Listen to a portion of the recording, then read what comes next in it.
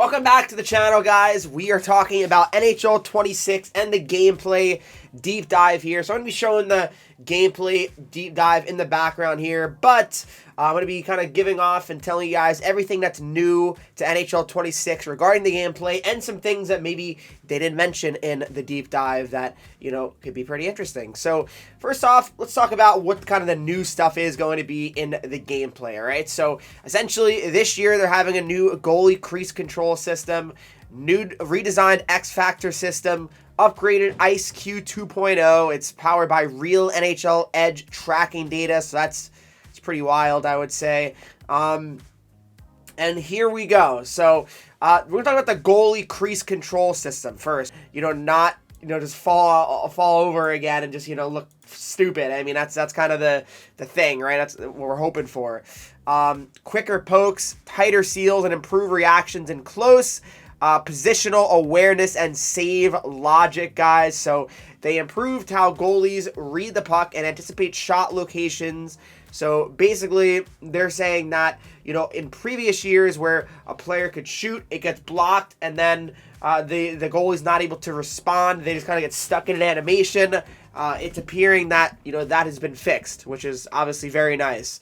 And of course, there's goalies now use positional logic to preemptively stretch out or close off gaps, and new pose matching logic also lets them react more quickly to the shot they're facing. So that's pretty good. That's pretty good to hear. I like that a lot. And then some other goalie stuff. So they have real-time responsiveness. They introduced it now here where that goalies break out of one animation and immediately respond to a new threat. If a puck changes direction or a rebound lands in front, they no longer have to finish the original save before reacting. So that's very good. We don't need goalies getting stuck in long animations, and that sounds like they won't. So that's very, very good, actually. And of course, covers are now faster and more reliable. Goalies can smother and lose pucks directly out of a save attempt. As we also added new get-up saves, so goalies can make a play even while recovering from a previous action. So goalies seem to be a lot better. Goalies were atrocious in NHL 25, so, all these things are sounding pretty good to me, at least. Smarter AI based on goalie type, so smaller goalies, guys. Aggressive goalies like Sorrow step out to challenge shooters and take away angles. Larger, more positional goalies like Kemper will stay deeper and rely on their frame to block space. So like I said, guys, this is some information that you wouldn't get from the trailer, so hopefully you guys are definitely listening. But goalies track wraparound, sharp angle chances, and backdoor passes more effectively. They adjust crease depth and movement based on the play in front of them. They also added some new animations for when they give up a goal and stuff as well. And they also added some new animations, like some new desperation glove saves, split-second pad slides, and emotional reactions for getting beat, as I mentioned. So that's pretty exciting. And moving on past that, we have the X Factors, all right, guys? So they reworked the X Factors, and here's how it works. So 28 abilities across 5 categories, okay?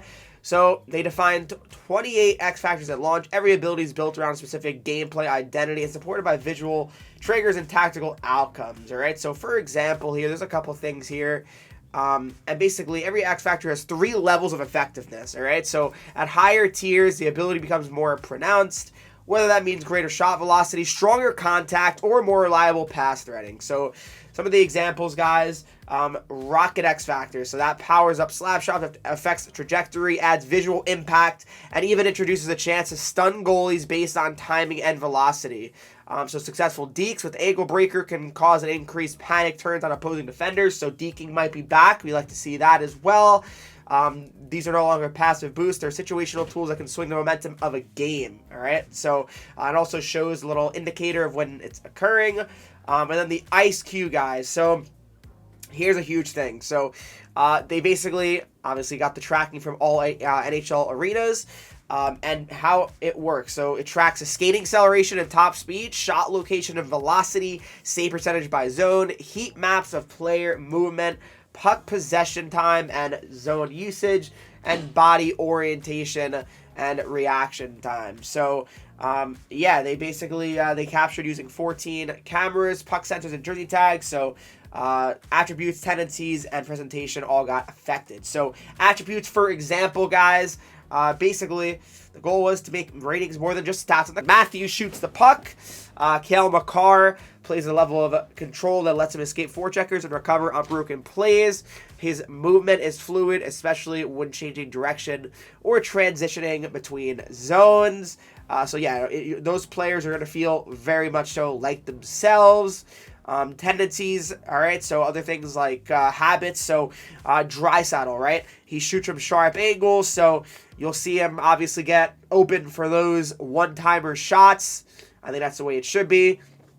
Nathan McKinnon leads with physicality on zone entries. He forces defenders to make contact decisions early and looks to muscle his way inside. And then Ovi, we all know, sits in the one-timer spot, so that's where you can expect Ovi to go. And then Trouba, for example, will time up his open ice hits in transition, and he reads routes to the neutral zone and looks to step into the lane to try to crush players. So there's 22 unique tendencies at launch, and they influence both on puck and off-puck behavior. So maybe they'll add more as well. They say at launch, right? So if you're playing against someone like Bedard or Crosby, you start to anticipate whether they're going to be, where they're going to be, and what kind of decisions they'll make under pressure. If you're using them, you'll notice they find space in smarter ways. All right, so that's pretty cool. And then for some presentation features as well, I know this is not really completely on gameplay, but they're basically just trying to, add some more layers to it and show more, stats on the screen during replays, right? So basically you can see the skating speed, the shot angle, release point, and puck trajectory in some of the replay packages. Threat indicators for high danger players in scoring zones, face-off stat comparison showing the head-to-head performance, and then multi-sequence replays that connect key moments like turnovers, zone clears, and key saves, all right? That brings a deeper sense of storytelling to every shift. It's not just about what happened, it's about how and why it happened. All right, so some other things, guys, that were not mentioned in the trailer here as well. So basically, vision control, so LT. All right, so they made a targeted adjustment to how vision control behaves when used aggressively up ice. So in NHL 25, players were able to skate forward or hustle with LT held and maintain puck-facing posture with minimal downside. So in many cases, this was becoming the dominant way to carry the puck in transition, even when it wasn't the most appropriate choice. So in NHL 26, they've added a penalty to consecutive pivot overrides in those situations. You can still use vision control to scan and protect effectively, but doing so repeatedly while skating forward is no longer the most efficient way to move through the neutral zone. The intention is to reward smarter, more deliberate use of the vision control and restore balance between control and acceleration when skating with the puck. So pretty good to see that. I know people don't like the LT spamming. I definitely get it. It's not realistic, right? So hopefully it is a little bit tuned here and hopefully not super broken. And then hip checking as well, guys, another huge topic. So hip checking tuning. So hip checks have been adjusted based on how they were being used. So particularly in forechecking scenarios, right? We all know how people just go with the forecheck and just hip check. It was very unrealistic. So they wanted to address a scenario where players would skate directly at a puck carry and quickly flip 180 degrees and deliver a hip check at full force. It wasn't aligned with how hip checks were intended to function. So to address this, hip check strength is now reduced based on turn angle. If you need to rotate sharply to the animation, the check becomes less effective. This encourages better alignment and more realistic use of body positioning. So that's very good as well. And then reverse hit rebalancing as well, guys. Reverse hitting got a little bit too broken as well. So reverse hits have been retuned to give size and strength a more consistent impact on outcomes, so larger players now have a clear advantage when absorbing contact and redirecting force through a reverse hit, which helps reinforce physical identity and role. Smaller skaters can still use reverse hits situationally, but they will no longer be able to consistently win collisions against bigger players here by default. This change creates more believable outcomes and rewards smarter timing instead of relying purely on animation triggers. So that kind of is all the new stuff when it comes to the guys if you just watch the trailer. So hopefully this, guys, helps you guys out. And as always, thanks so much for watching the video.